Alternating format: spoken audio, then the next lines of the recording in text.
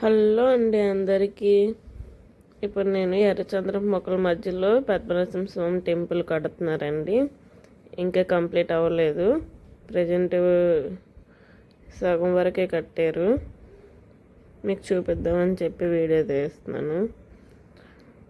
చూడండి, ఆంజనేయ స్వామి ఫోటో, ఎంత పెద్ద విగ్రహం, చాలా బాగుంది కదా. చాలా పెద్ద విగ్రహం కట్టారండి. ఎన్ని అడుగులు ఉంటుందో కూడా నాకు కూడా తెలీదు. ఇది గుడి. చాలామంది ఇక్కడికి వచ్చి ఫోటోషూట్లు చాలామంది వచ్చి చూసుకొని వెళ్తూ ఉంటారు. అటు కూడా గరుడ పక్షి కూడా కట్టారండి. అటు ఆంజనేయ స్వామి, ఇటేమో గరుడ పక్షి.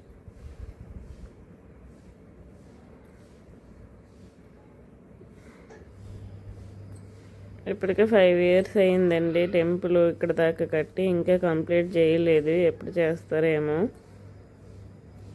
చూడండి, పెద్ద పెద్ద స్తంభాలతో. కేరళలో పద్మనాభ స్వామి టెంపుల్ అందరికీ తెలుసు కదా, సేమ్ అలానే కడుతున్నారట.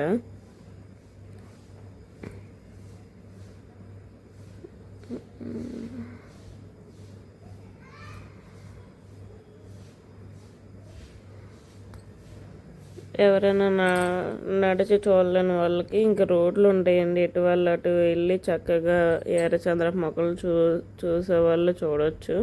చాలా ఎన్ని ఎకరాలు ఉంటుందో తెలియదు కానీ చాలా వరకు ఊడ్చారు.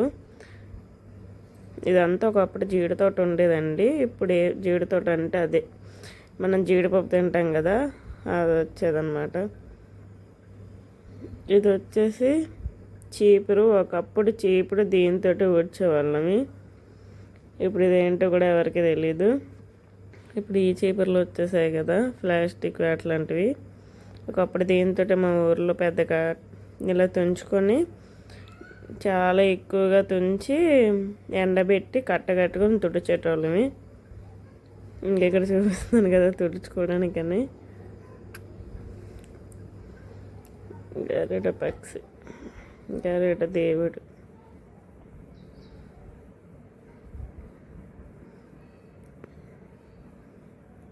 మా ఊరు చిన్న ఊరండి, విలేజ్. ఒక 10-15 ఇళ్ళు ఉంటాయి అంతే. ఆ పక్కనే ఇలా కట్టారనమాట. ఇది గుడి బ్యాక్గ్రౌండ్. ఇది పూజారులు ఉండడానికి రూమ్. ఇంత పెద్ద గుడి కట్టాక రెగ్యులర్గా పూజ చేయకపోతే ఎలాగా? చేయాలంటే పూజారులు ఉండాలి కదండి. వాళ్ళ కోసం కట్టిన రూమ్స్ అంటవి.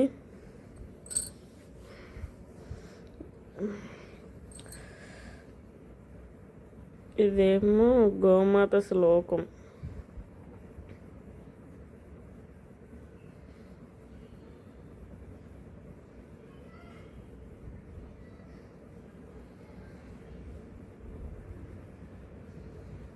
ఇది గోమాతలు ఉండే గుడిస.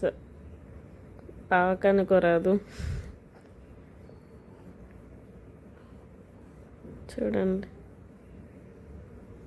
ఎంత బాగుంది.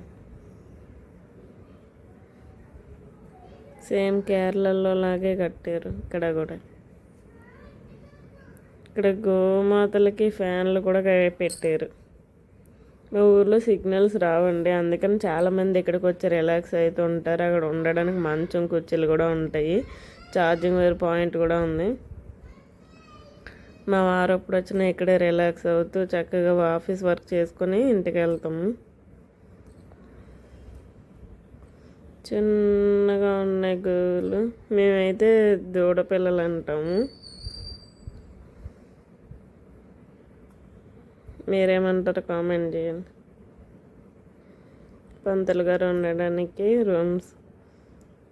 ఇక్కడ అటువైపు ఆపోజిట్లో కూడా ఉంటాయి అవి. అది కూడా రూమ్స్ పంతులు గారికి. వంట చేసే వాళ్ళు కింద ఉన్నారండి. ఇది తులసి కోట. గుర్తుగా ఎంత బాగుందో. పక్కనే ఇది పప్పాయి, బబ్బాస్కాయ అంటామండి మేము. చూడడానికి చాలా డిఫరెంట్గా ఉన్నాయి కాయలు.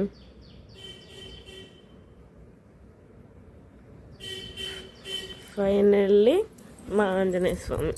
నాకు ఆంజనేయ స్వామి అంటే చాలా ఇష్టం.